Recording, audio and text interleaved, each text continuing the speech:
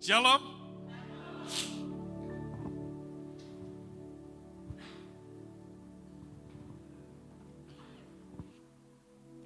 Haleluya.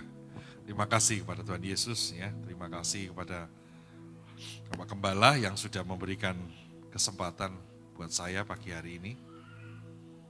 Ya, saya yang tidak bersama-sama dengan kita pagi ini. Ada sukacita Bapak Ibu?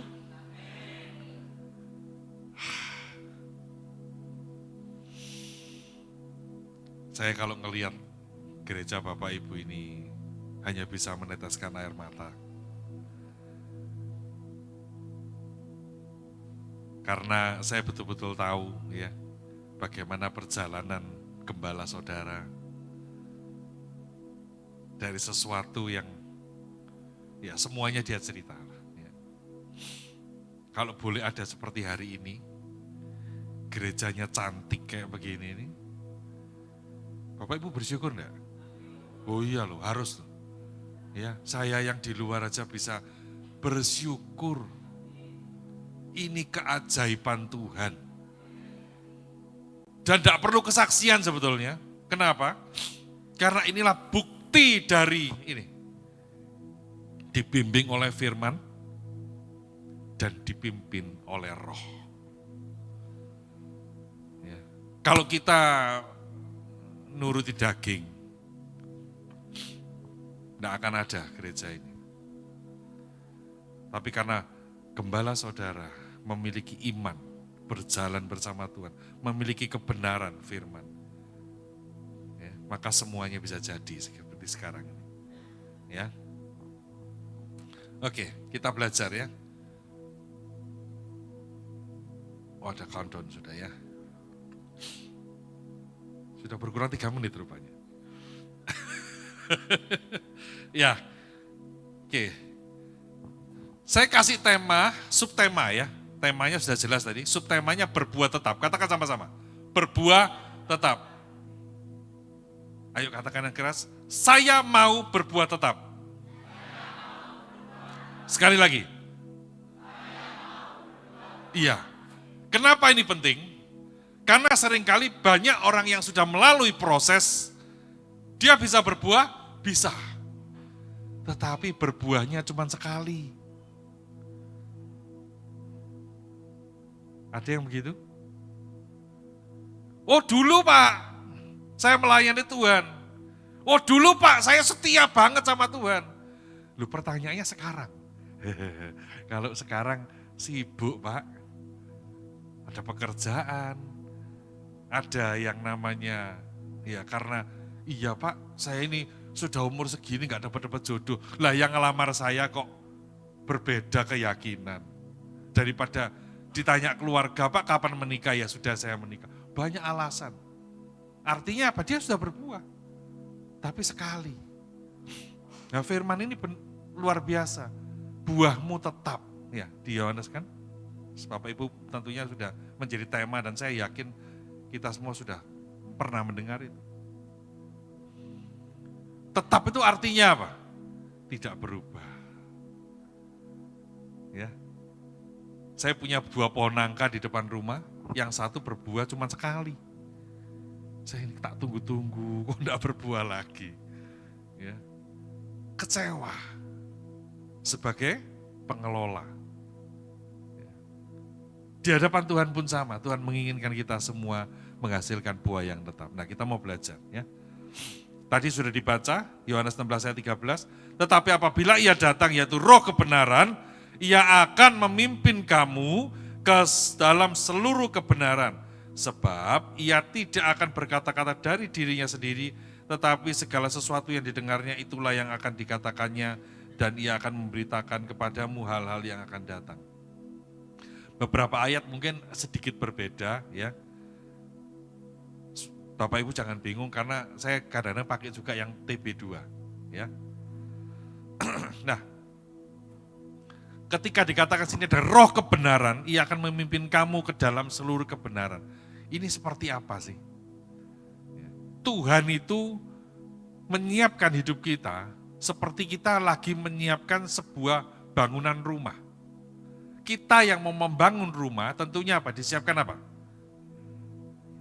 Gambarnya dulu, betul? Ya. Kalau kita mau punya rumah nih, pasti cari-cari, nanti kita rumahnya seperti apa ya? Tampak depannya seperti apa ya? Dalamnya mau warna apa? Mau diisi seperti apa? Itu sudah punya di plan kita, rencananya kita. Nah, semua itu dituangkan di dalam blueprint. Katakan sama-sama, blueprint.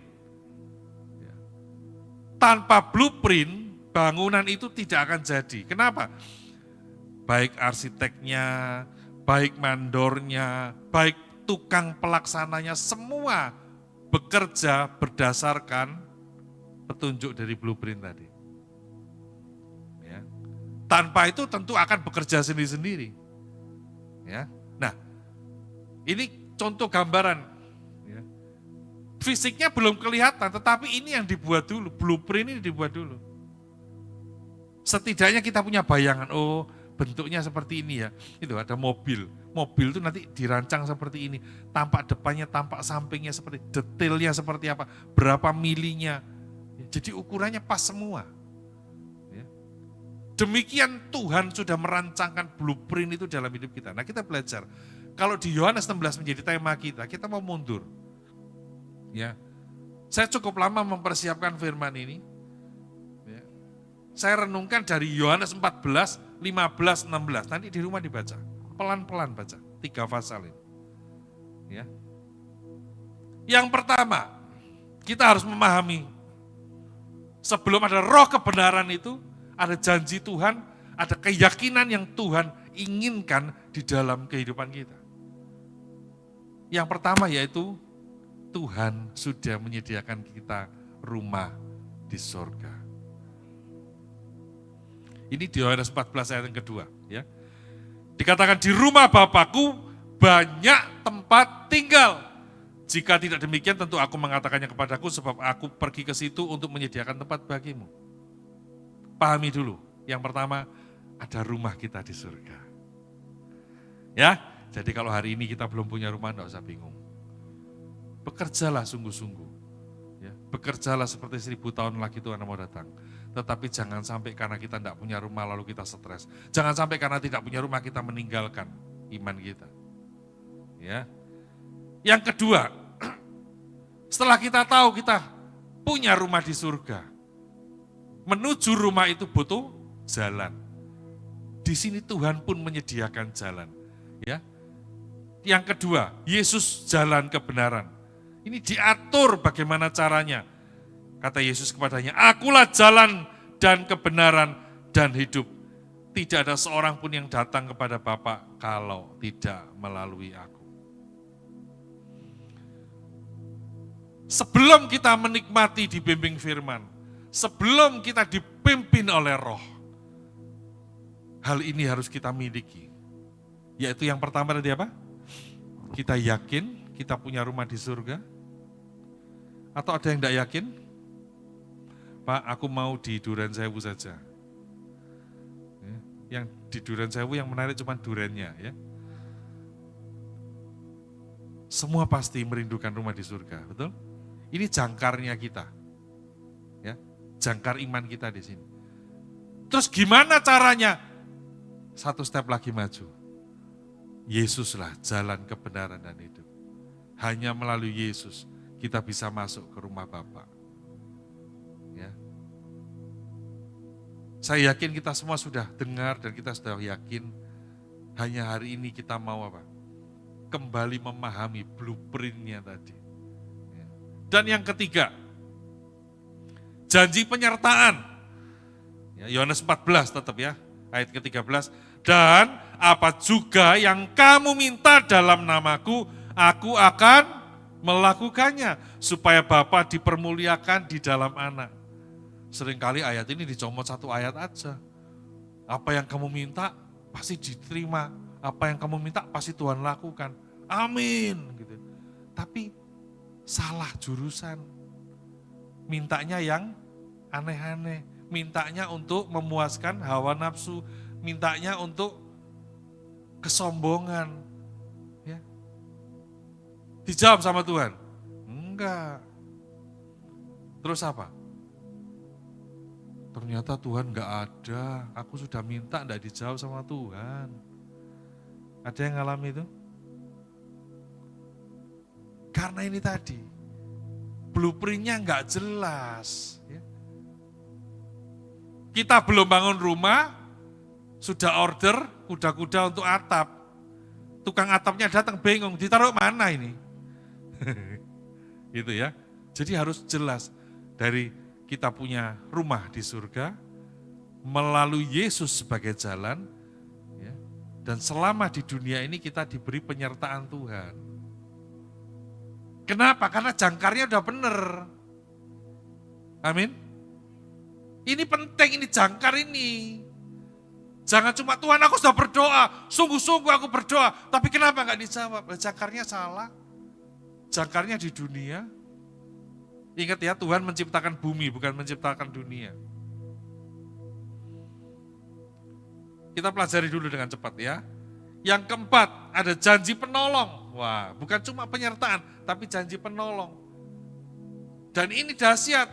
Kenapa? Tadi Yohanes 16:13, ada roh kebenaran. Di sini juga apa? Mulai ada promosinya di Yohanes 14. Aku akan minta kepada Bapa dan ia akan memberikan kepadamu seorang penolong yang lain supaya ia menyertai kamu selama-lamanya.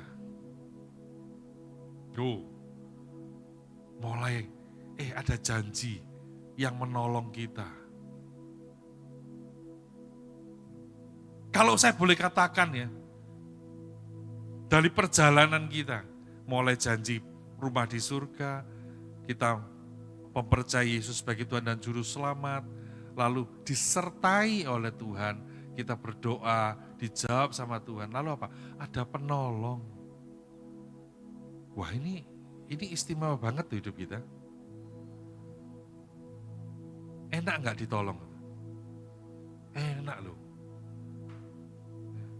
Ini janjinya Tuhan dalam hidup kita. Tuhan tuh memberikan penolong buat kita. Ya. Di ayat yang ke-17, Yohanes 14:17, yaitu apa? Katakan sama-sama, roh kebenaran. Masalahnya di sini, dunia ini ya, bukan dunia tidak bisa menerima dia. Sebab dunia tidak melihat dia dan tidak mengenal dia. Tetapi kita semua mengenal dia.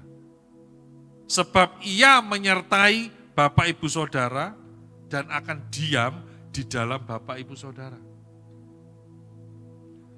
Tidak ada amin. Tak ganti judulnya ya.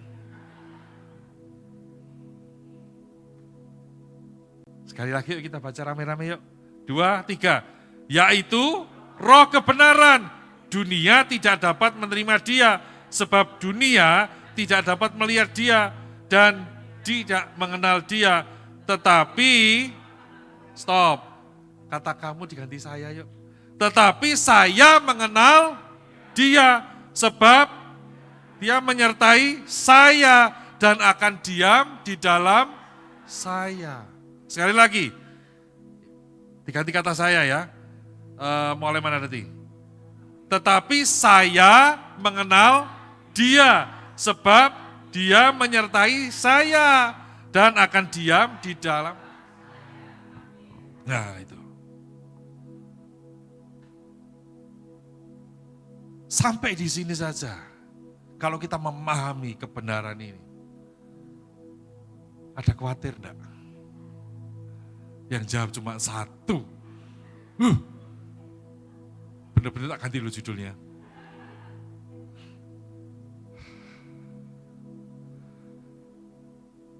Masih khawatir?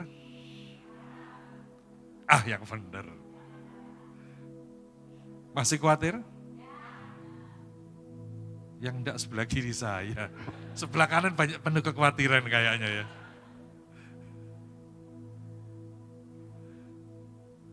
Saya kuat Pak, oh amin.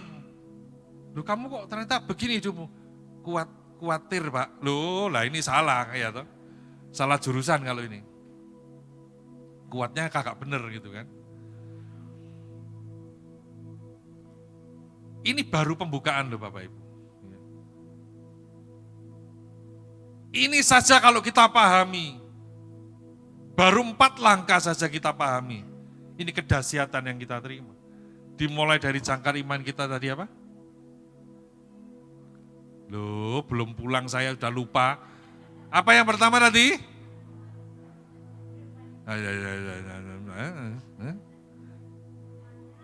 Nah, rumah di surga. Ya, lalu apa? Menuju ke rumah kita butuh jalan. Siapa? Tuhan Yesus. Jadi iman kita jangan sampai lepas. Amin. Sekali Tuhan Yesus, tetap Tuhan Yesus. Lalu apa? Pak, aku kehidupan di dunia butuh penyertaan Tuhan. Kalau aku doa dijawab sama Tuhan. Dan bukan cuma disertai, bukan cuma dijawab doanya, tapi juga ditolong sama Tuhan. Belum semua. Tidak ada Bapak Gembala, saya tidak bisa izin ini ya, untuk ganti judul.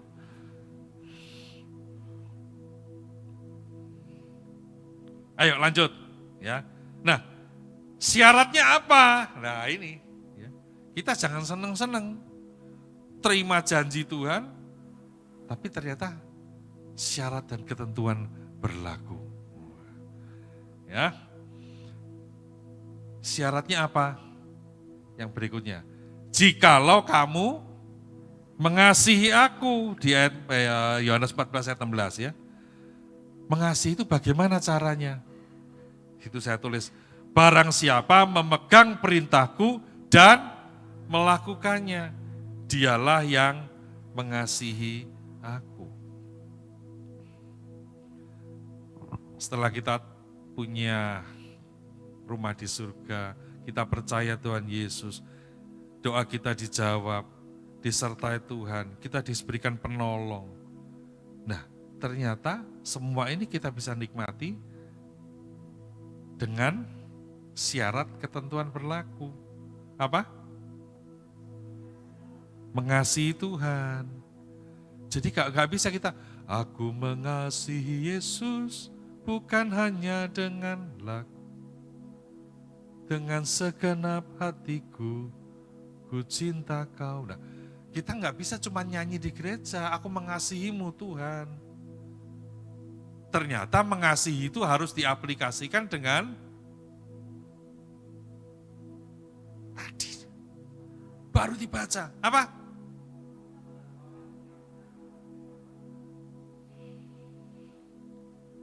Apa perlu saya turun? Tak kasih mic satu-satu? Jawab. Apa? Itu loh masih, kerpeannya masih ada. Memegang perintah Tuhan dan ini menarik loh. Ya. Banyak orang tuh rajin ibadah. Iya. Memegang firman Tuhan, yes. Dengar firman Tuhan, yes. Ya. Bahkan ibu-ibu di rumah gosok baju, dengar firman. Cuci baju, dengar firman. Di kamar mandi, dengar firman. Apakah cukup? Halo? Banyak orang Kristen puluhan tahun tapi hidupnya tidak berubah. Kenapa? Karena dia cuma pegang perintahnya. Cuma dengar perintahnya tapi lupa. Nah, ayo saya tanya sekarang, siapa yang sudah praktek? Tiap minggu kita dengar loh firman, betul? Iya, buka YouTube juga dengar firman. Pertanyaannya berapa banyak firman yang sudah kita praktekkan?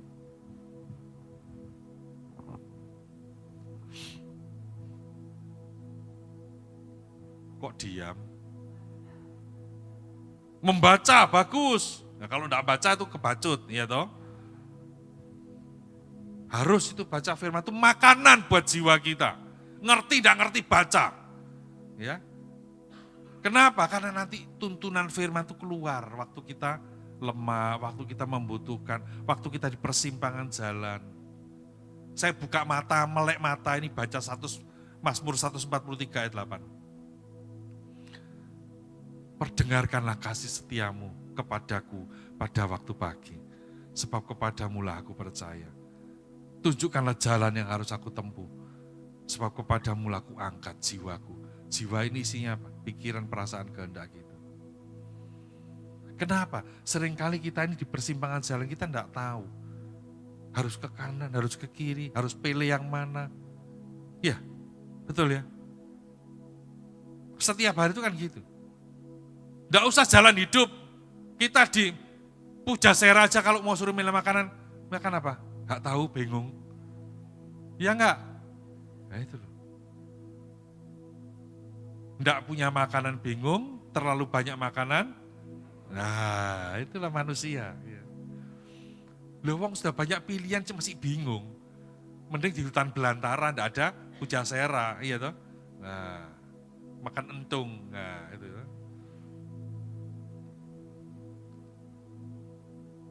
Praktek firman. Supaya kita benar-benar menikmati tadi. Dibimbing firman dan dipimpin oleh roh. Bagaimana roh bisa memimpin kalau kita tidak pernah taat, kalau kita tidak melakukan firman.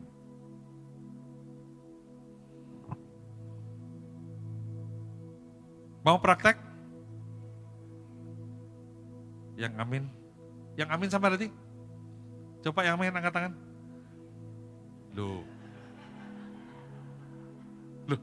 yang amin angkat tangan. Loh, kok enggak ada?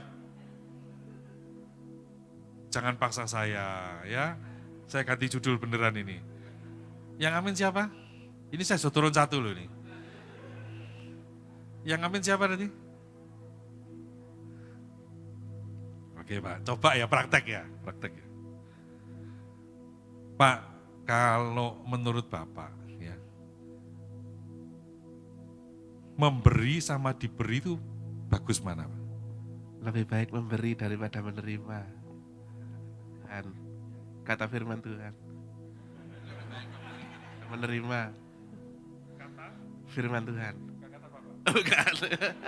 Yang ngomong barusan? Firman Tuhan. Kita harus bawa Bapak ini kemana-mana, karena dia firman Tuhan katanya. Lebih baik memberi daripada sudah praktek Pak. Kadang-kadang ya, tolong Pak saya diberi Pak. Loh, ini praktek loh ya. Hah? Saya punya Pak, itu sudah berapa versi kalau itu Pak? Ya. Punya, ya. Saya yang kecil punya, yang besar punya semua. Kalau nggak percaya boleh ke rumah saya ya. Yang Amplified Bible punya, ya, yang punya semua saya Pak. Alkitab saya mungkin puluhan Pak. Banyak, ya. Kasih sayang nggak punya Pak. Kebetulan dompet saya kosong Pak. Nggak Pak dompet, ATM boleh Pak, sama PIN Pak.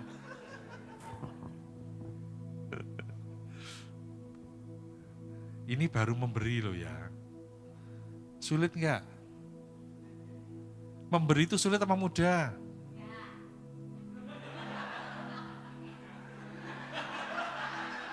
Coba. Ini menarik nih buat saya ini.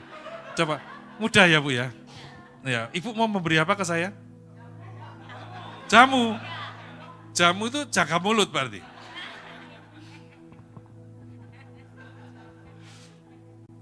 Loh, dalam hal memberi saja, kalau kita mau ngomong praktek firman, ya, saya tiba-tiba diingatkan peristiwa, mungkin sekitar 2023 ya, berarti 2-3 tahun yang lalu, ya lebih, 4 tahun yang lalu. Kita semua melewati pandemi, ya. Dan oke, saya saksikan dulu deh. Saya bersyukur ya, saya kemarin baru pulang dari Belanda. Anak saya selesai studi di sana S2. Enggak terasa sudah 6 tahun. 4 tahun studi S1 dan 2 tahun studi S2 dan kemarin sudah wisuda. Ya. Awal bulan kemarin saya pulang dari sana. Itu sebuah perjalanan. Bagaimana hidup ini dibimbing oleh firman dan dipimpin oleh Roh. Waktu itu jelas-jelas sekali dalam ingatan saya. Rekening saya kosong. Ada sedikit lah. Ya, ada sedikit. Di sini ada beberapa orang STTI ya. Tiba-tiba ada seorang hamba Tuhan dari daerah. Ya, bisa dikatakan desa lah. WA saya. Saya waktu itu ketua alumni masih ya. Saya sekarang mantan ya. Pak, anak saya belum bayar uang sekolah 4 bulan. Pak. Kira-kira kalau Bapak Ibu jadi saya, jawabannya apa? Halo? Sama ya? Loh lah kok podo? Terus kita tos. Tos. Ya, kan bukan begitu ya. Saya cuma ngeliat gini, dia untuk membayar 4 bulan ya karena di daerah ya, uang sekolahnya masih belum mahal. Saya lihat nominal rekening saya, kalau ini diberikan ibu itu, selesai masalahnya dia. Ya kan? Tapi saya enggak selesai-selesai. Ya kan? Kalau kita, ya tahu sendiri ya, apalagi euro hari ini sudah 19.200 1 euronya. Dan harus saya kirim ke anak itu harus sekian ribu. Ini kalau dikirim ke sana juga enggak bisa, tapi kalau diberikan ibu ini jadi jawaban. Secara manusia seperti Bapak Ibu. Loh, lah kok sama? Bahkan saya harus jual mobil saya, jual motor saya. Nutup asuransi saya untuk dapatkan nilai tunai. Untuk nyekolahkan anak. Di situ rasanya sebagai manusia berat untuk memberi. Saya berdoa, Tuhan, sebagai bendahara kan, Tuhan, ini bagian saya bukan? Di hati saya, Tuhan tetapkan, beri, itu bagian. Ya. Kalau boleh, itu saya tengking dalam nama Yesus, suara ini keluar. Gitu kan. Loh, aku masih kurang kok. Ya. Tapi saya belajar taat. Saya beri.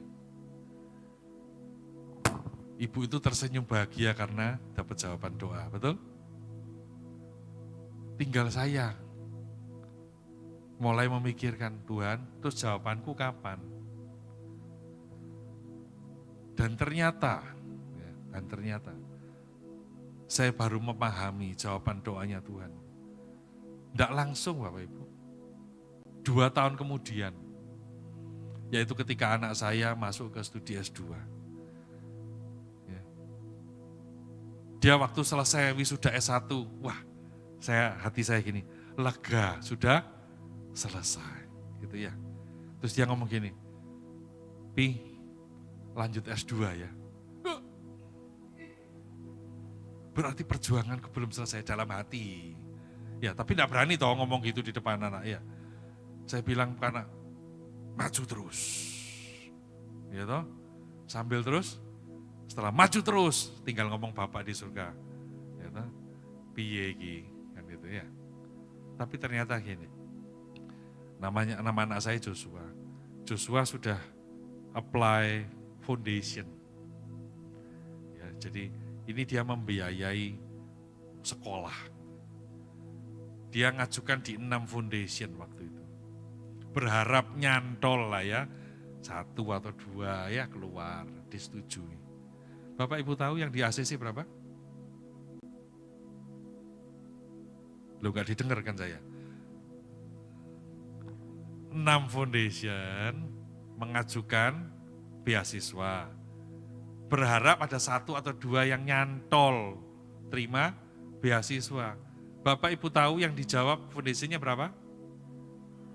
Nah, itu loh keajaibannya Tuhan.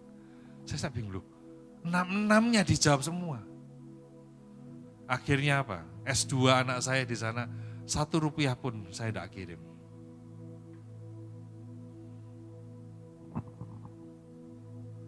cuma ketenggengen ya.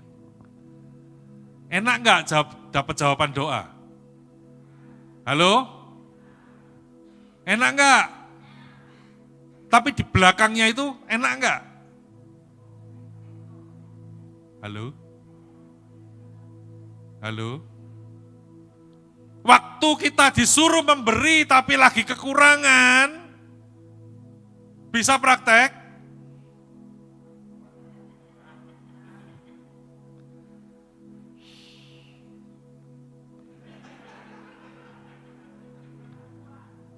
Terus sambil nyanyi persembahan kami sedikit sekali gitu ya. Itu ya.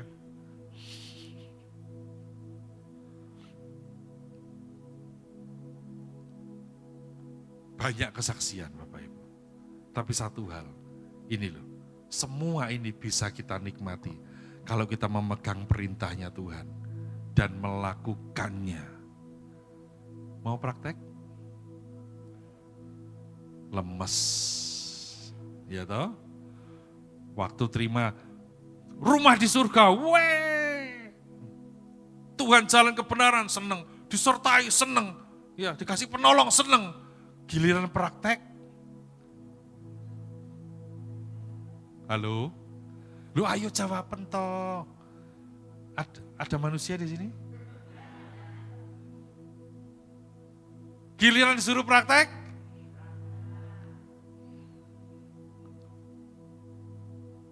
Yang berat itu saya, berat badan ini. Ini diet setengah mati ini sudah, ya toh? Mau enggak praktek? Tuh kan? Enggak ada amin. Duh, enggak ada Bapak Gembala ini gimana ya?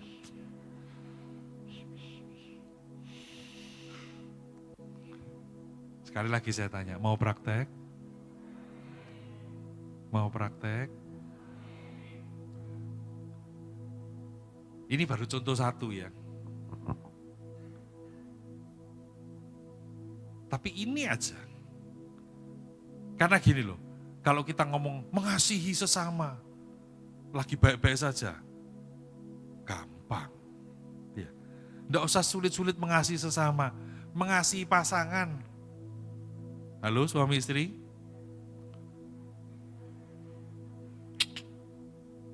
Halo suami istri? Mengasihi pasangan. Bisa praktek?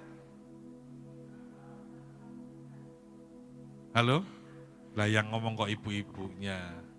Bapak-bapak?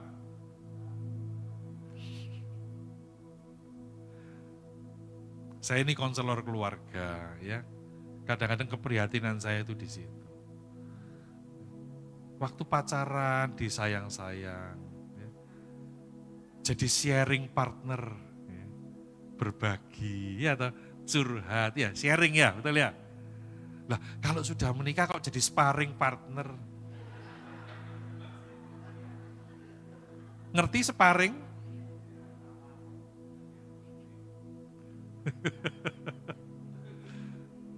Loh iya loh. Wih, pelayan Tuhan luar biasa. Tiba-tiba istrinya telepon saya, Pak tolong Pak. Istri saya, suami saya mukuli saya Pak. Anak saya yang kecil diinjak kepalanya Pak. Itu pelayan Tuhan loh. Jangankan ngomong orang yang tidak ngerti kebenaran. Sudah melayani Tuhan. Wih kalau ngomong malaikat minder. Tapi begitu di rumah, iblis yang minder. Lah kok lebih jahat kok aku? Ya tak?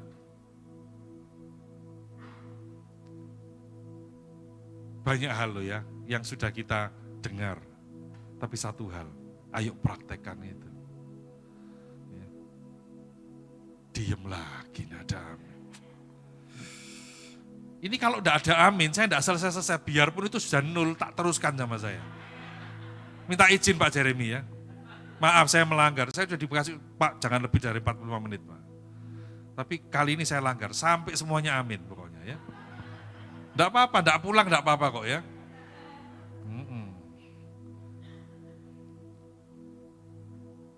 Yang kelima, yang terakhir di sini.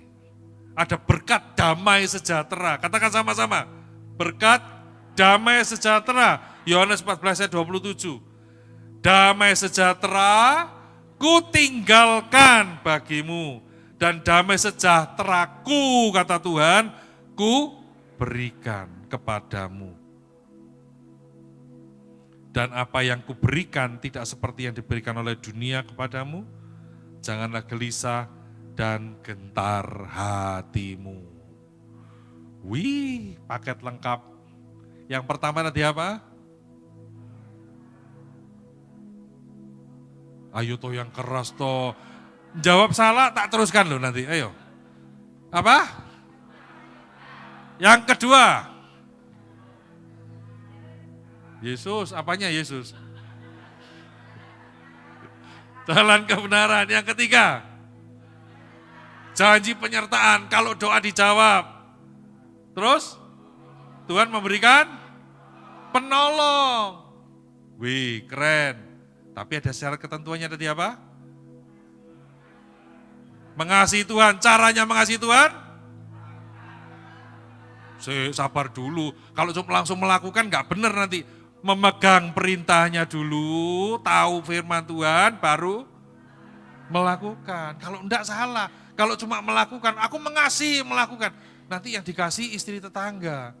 Aku kan mengasihi Pak. Wah cilaka. Ya kan? Enggak salah mengasihi, tapi salah tempat.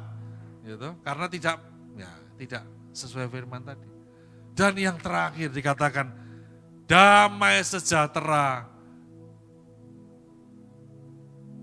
Ayatnya, loh, asrot, asisten sorot, jangan keburu sayang. Ya, tolong mundur. Iya, yang tadi ayat sebelumnya, yang berkat damai sejahtera. Iya, itu dulu ya. Damai sejahtera ku tinggalkan bagimu. Dan damai sejahteraku ku berikan kepadamu. Saya mau tanya sekarang. Kalau kita ngomong kebutuhan hidup, 5 ini ada yang kurang enggak?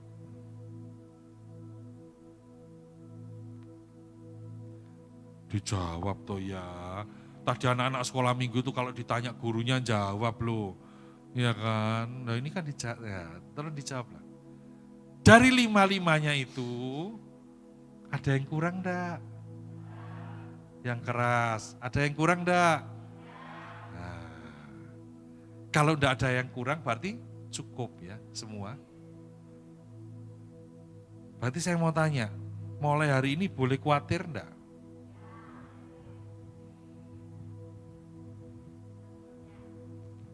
Tenan. Betul enggak khawatir? Janji lo ya. Coba bilang, saya tidak khawatir lagi. Yang keras. Kurang keras. Malaikat gak denger. Iya. Bapak Ibu ngomong di hadapan Tuhan tuh ya. Beneran. Kenapa? Karena kekhawatiran ini seringkali membunuh hidup kita sendiri. Ya. Bahkan tema ini tidak akan berjalan. Firman tidak akan bisa membimbing kita kalau hati kita penuh kekhawatiran. Roh itu tidak akan bisa memimpin kita kalau hidup kita penuh dengan kekhawatiran. Ya, dulu saya masih aktif di TikTok ya, lumayan lah. Viewer saya kadang-kadang satu video itu bisa puluhan ribu. Ya, sharing. Waktu itu saya buka, ya karena saya sudah lulus certified ini ya untuk konsultan ya. Saya buka waktu itu rencana saya buka praktek. Ya. Ayo gitu kan. Tujuannya sih ya siapa tahu bisa profesional begitu ya. Tiba-tiba ada seorang ibu yang telepon waktu itu. Pak, tolong saya Pak. Saya ini khawatir akan anak saya Pak. Bapak tahu, sekarang ini kalau masuk kuliah, itu ratusan juta Pak masuknya. Dan memang ya, hari-hari ini kan gitu ya. Masuk SD sudah puluhan juta. Masuk SMP sekarang sudah dia 3 digit, 100 juta lebih. Udah belum SMA, belum nanti fakultasnya. Cerita panjang lebar, Pak. Pekerjaan saya begini, Pak. Suami saya begini. Ceritanya itu penderitaan terus. Tiba-tiba Tuhan tuh kasih hikmat ke saya gini. Coba kamu tanya, anaknya ada berapa dan usia berapa? Saya tanya, Bu, setelah kira-kira setengah jam lebih ya cerita macam-macam ya. Kekhawatirannya dia, takut nggak bisa nanti menguliahkan anak dan macam-macam. Bu, ibu ini anaknya ada berapa? 1, Pak. Oh, usianya? Bayi, Pak, baru lahir. Ya ampun, saya dengerin dari tadi itu jadi sinetron ternyata. Lah wong anak baru bayi, baru lahir, kok mikiri kuliah? Ya kan? Kejauhan, Bu, bukan kejauhan mainnya. Ya kan? Kejauhan kuatirnya, betul? Lah wong anak masih bayi kok mikiri kuliah? Iya Pak, soalnya kemarin saya ngobrol sama teman saya yang anaknya mau masuk kuliah. Lah ya itu urusannya temanmu. Kan gitu. Lah ngapain kamu mikirin anak? Oh anakmu aja TK playgroup aja belum. Kok mikiri kuliah? Nah itu. Ini contoh kecil tapi ini terjadi loh di sekitar kita. Ya. Bapak-bapak habis terima gajian. Ini untuk listrik, ini untuk air, ini untuk uang belanja, uang sekolah, cicilan mobil, cicilan motor, pecicilan, itu semua ya kan? Loh iya sekarang itu kan gitu loh, mengerikan loh. Separuh penduduk Indonesia terkena pinjol. Hah? Ngeri loh itu. Apanya hidup tidak pecicilan? Ya. Nyecil ini, nyecil itu, nyecil ini gitu kan. Kalau kita tidak bisa menyikapi ini semua dengan benar, maka hidup kita penuh dengan kekhawatiran. Habis terima gajian senengnya cuma berapa jam, setelah itu dibagi-bagi, ya toh? Dibagi-bagi terus habis, terus kerja lagi. Jadi kalau gajiannya, kalau zaman saya dulu kerja di bank, gajiannya tanggal 26 ya. Jadi happy-nya cuma tanggal 26. Habis dibagi-bagi, kerja lagi. Dan isinya khawatir. Hati-hati. Damai sejahteranya Tuhan tuh dikatakan melampaui segala akal. Kalau hidup kita dipenuhi dengan damai sejahtera, itu jauh lebih dari cukup apa yang kita butuhkan. Ya, ayo hidupi firman, kasihi Tuhan, supaya next klik 5 hal ini kita bisa lewati bersama. Kita punya rumah di surga. Itu sumber sukacita, happy ending, betul? Ya, tidak penting bagaimana cara kita tutup mata di dunia ini. Ada yang kena sakit, ada yang kecelakaan, ya. Maaf ya, ada dulu rekan saya satu pelayanan juga, maaf sekali, meninggalnya terpeleset dan masuk di sumur. Tapi saya katakan, tidak penting bagaimana cara kita tutup mata di dunia. Yang penting waktu kita buka mata, rumah kita di surga. Ya, jaga iman kita tetap kepada Tuhan Yesus sebagai jalan menuju ke surga. Dan punya sukacita karena apa? Doa kita selalu dijawab. Itu janjinya Tuhan, apapun yang kamu minta, aku akan melakukannya. Lalu apa? Kita punya penolong, didampingi terus sama roh kebenaran. Yaitu dengan apa? Kita mengasihi Tuhan, memegang perintahnya dan melakukannya. Maka ketika semua itu kita lakukan, hidup kita penuh dengan damai sejahtera. Masalah boleh ada, ya, tetapi damai sejahtera itu akan menghindarkan kita dari stres, depresi, khawatir, ketakutan. Takut boleh Pak, boleh, tapi ketakutan enggak boleh. Khawatir boleh manusiawi khawatir, tetapi tidak boleh kekhawatiran itu melanda hidup kita dan menguasai hidup kita. Nangkep ya esensinya? Ayo hidup kita dibimbing oleh firman dan dipimpin oleh roh. Lakukan ini dalam hidup kita dan saya percaya berkat Tuhan melimpah dalam hidup kita. Ayo kita tundukkan kepala, kita berdoa.